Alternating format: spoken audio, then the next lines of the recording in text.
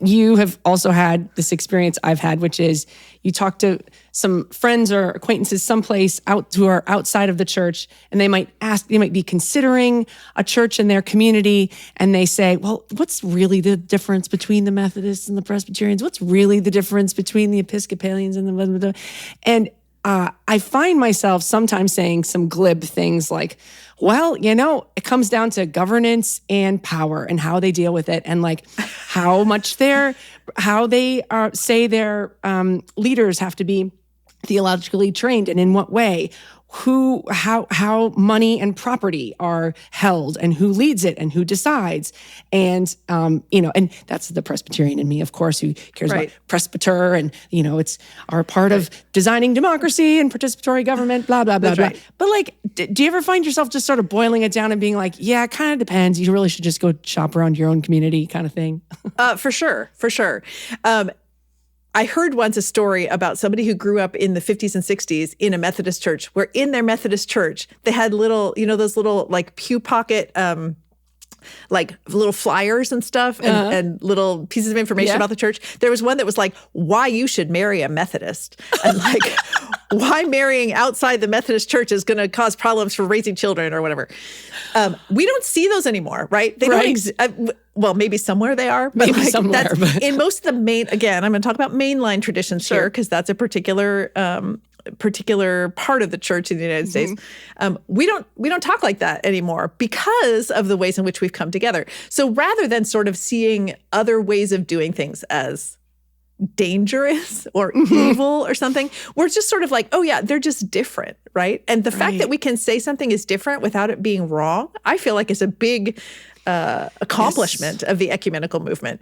But that doesn't mean the distinctions don't matter. Like, I'm Presbyterian for reasons, right? And yes, it's about governance, and yes, but it's also about what I believe governance should be. Yeah. And the fact that in the Presbyterian tradition, we have the possibility of changing the governance because it's a more or less democratic system, right? Like, we have some say in what happens.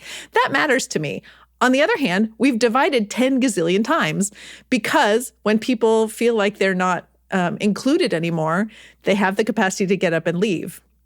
Because it's not the Catholic Church with a top-down hierarchy where this is the unity of the church is in the structure, is in the ecclesial body itself.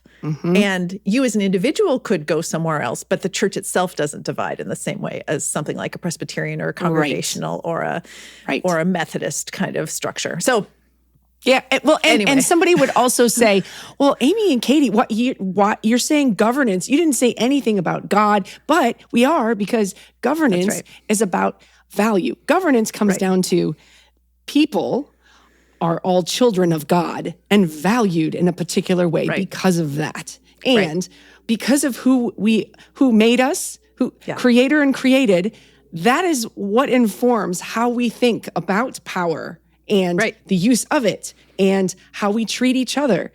It's so interwoven underneath our secular concepts of power. That's right. That's right. It's so easy to get lost, though.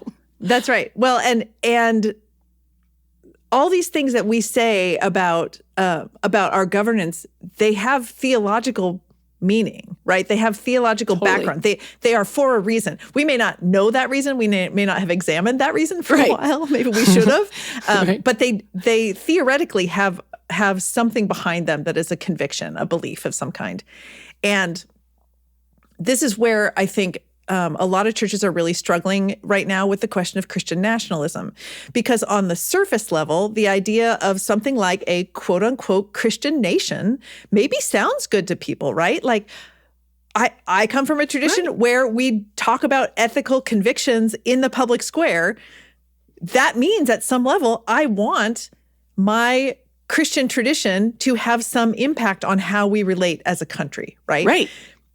What's the difference between that and Christian nationalism? Well, there's actually a lot of differences between that and Christian nationalism.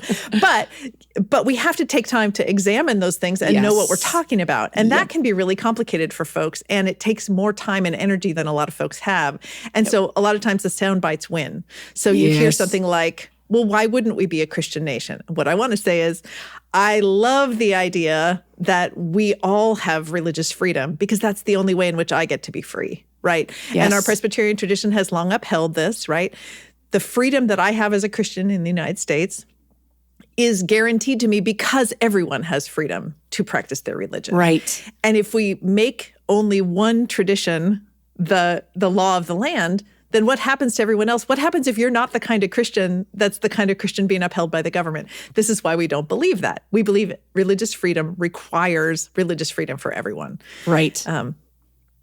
But I can see why that would be complicated for folks who are trying to just assess what's happening in the world and want their and believe strongly in their own religious convictions about the way the world should be or the way the country should be. Or who think, look, see, religion's the problem again. It's dividing everybody. Religion, we just need to get rid of that. And that's where I get all fired up. I'm like, okay, all right.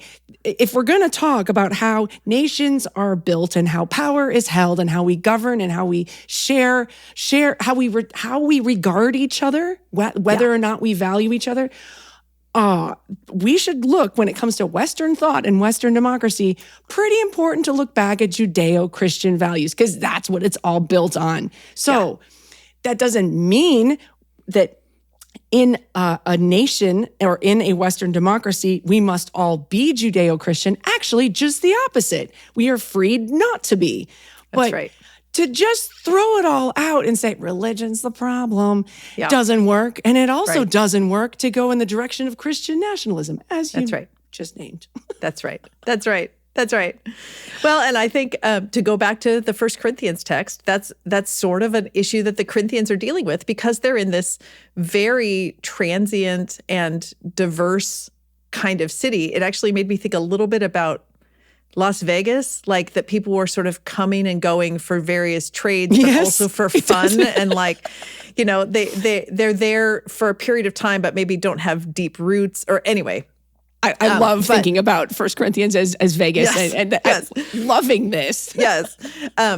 But my sense is that a lot of the folks that were drawn to the Corinthian church came out of systems that were really hierarchical. So a lot of them are coming from lower tiers of social classes and some are coming from higher tiers, and they're importing some of those divisions into the church. And Paul's like, wait a minute, this isn't what this is about. This isn't how this works.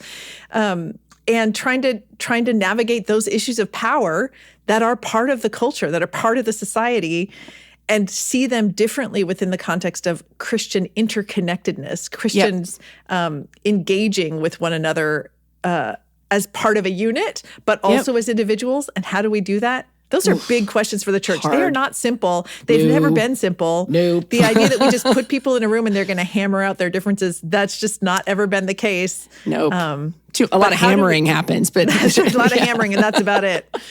Exactly.